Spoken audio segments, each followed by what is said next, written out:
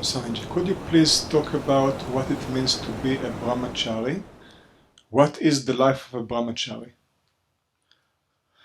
Brahmacharya means the conduct of life that leads to Brahman, that leads to the ultimate truth, that leads to the knowledge of the self. This is the meaning. Brahmacharya, the conduct of life that leads to Brahman, that leads to the absolute reality, that leads to the knowledge of the self. This is the meaning. Generally speaking, this is the life of a yogic disciple. This is the life of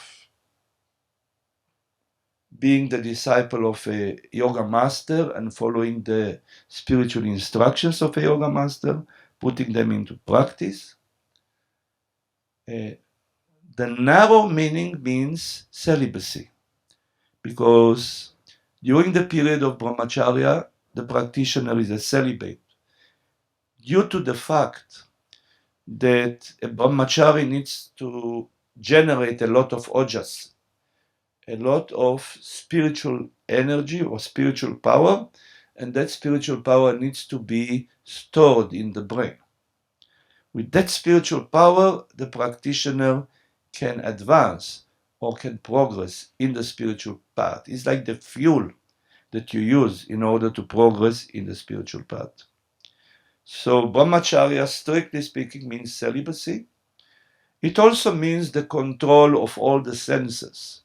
In the Bhagavad Gita, Lord Krishna says, the one who has the ability to control the senses is a yogi.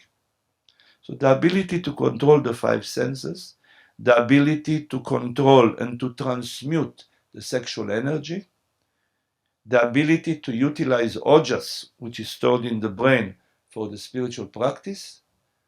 This is the narrow meaning of Brahmacharya.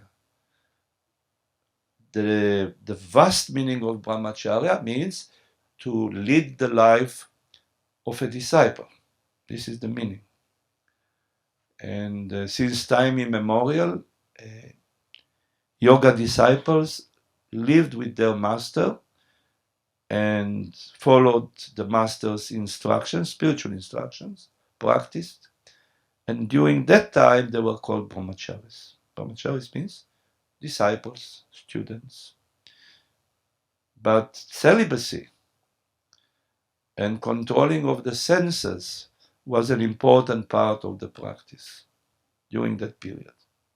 Okay?